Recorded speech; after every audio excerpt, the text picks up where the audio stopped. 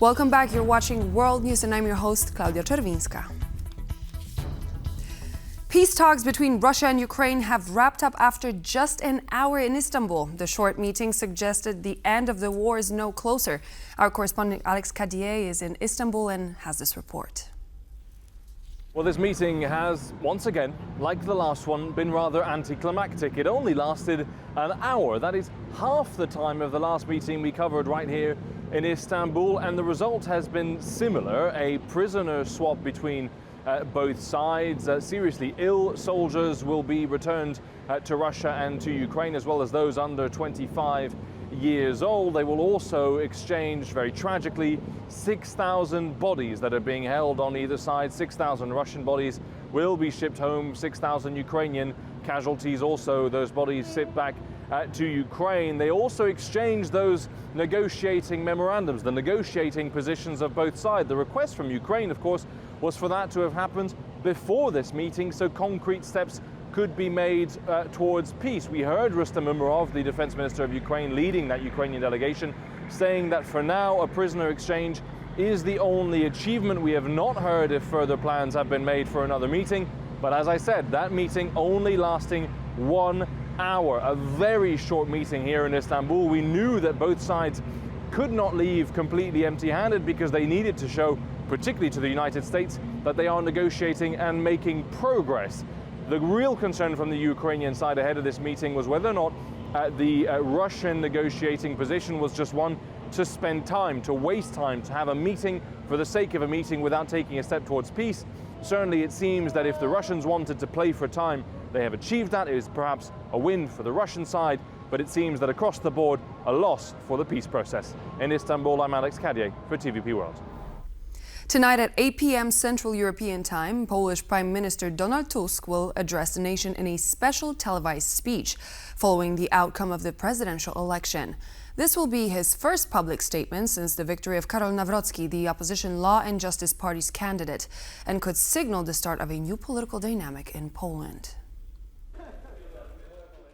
Tusk will speak to the nation on Monday evening after the official results of the presidential election, where Karol Nawrocki, supported by the opposition Law and Justice Party, claimed a narrow victory.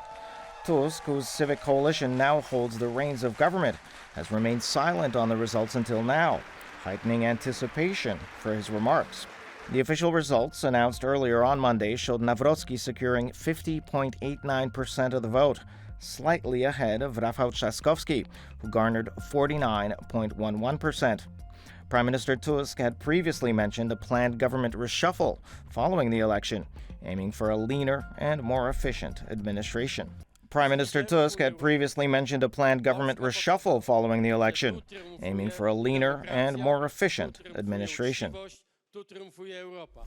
Poland's new president-elect Karol Nawrocki secured a narrow victory margin of 50.89% in Sunday's election runoff. Prior to his win, questions swarmed over what Poland's domestic as well as foreign policy concerning the EU, NATO and Ukraine may look like. Nawrocki, backed by the main opposition Law and Justice Party, has vowed to put the government of the centrist Prime Minister Donald Tusk in check. Since coming to office in October of 2023, Prime Minister Tusk, who sits at the helm of the Civic Coalition, has tried to undo the efforts of the previous Law and Justice governments to capture the state, including attempts to eradicate the judicial independence of the Constitutional Court. Nawrocki's win and his presidential veto power risks delays to the reforms, a continuation of the dynamic observed under his predecessor Andrzej Duda. Additionally, Nawrocki campaigned on a platform of national sovereignty and traditional values. As a known Eurosceptic, he might shift Poland in that direction. He's also less supportive of Ukraine than the Law and Justice Party and has pledged to oppose Kyiv's NATO membership.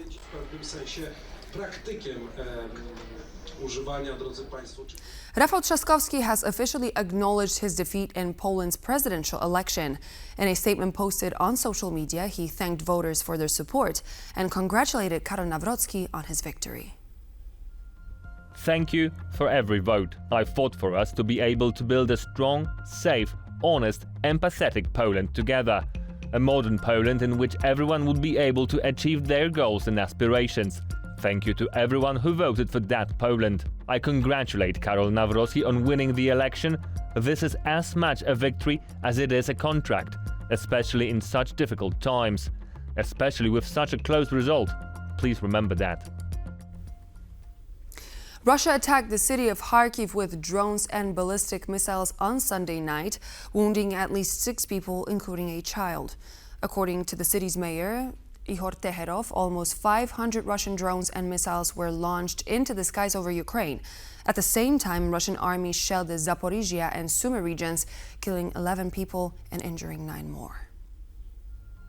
The attack on the Khlodnohirski district resulted in injuries to 6 people, including a 7-year-old boy. 2 more Russian ballistic missiles struck in the Kivskis district, with one hitting a road just meters away from a local school. The other missile exploded next to a high-rise building. Now, according to local mayor, the attack damaged several homes, businesses and vehicles. The Russian army also shelled the South Ukrainian city of Zaporizhia and the Sumy region, killing at least 11 people and injuring further 9. As stated by the governor of the Sumy region, 2 children were among those injured in the attack. NATO Secretary General Mark Rutte has declared that Ukraine's path to NATO membership is irreversible. Speaking at the summit of the Bucharest 9 and Nordic countries in Vilnius, Rutte said that all 32 NATO members agreed on this direction during the recent Washington summit. Rutte made it clear that Ukraine's future in NATO is not up for negotiation in any peace talks with Russia.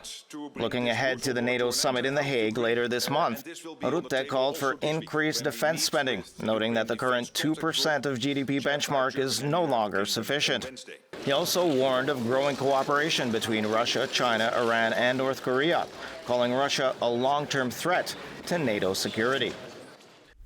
Hundreds of notable guests, business people, policymakers, and academics have flocked to the northern Polish city of Sopot to take part in one of the largest financial conferences in the CEE region, the European Financial Congress.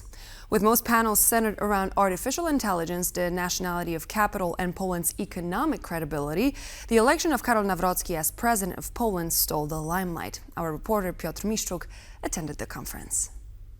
So we saw many discussions pertinent to the financial system of both Europe and Poland. There were talks about the competitiveness of Poland and the financial innovation. But the topic that dwarfed those discussions was the election of Karol Nawrocki. Karol Nawrocki, who was endorsed by President Donald Trump. I spoke to Georgette Mosbacher. She's the former US ambassador to Poland, and she told me that though Donald Trump did endorse Karol Nawrocki, it didn't have much effect on the final result of the election. I do think that President Trump's endorsement under any circumstances is one that anyone would like to have.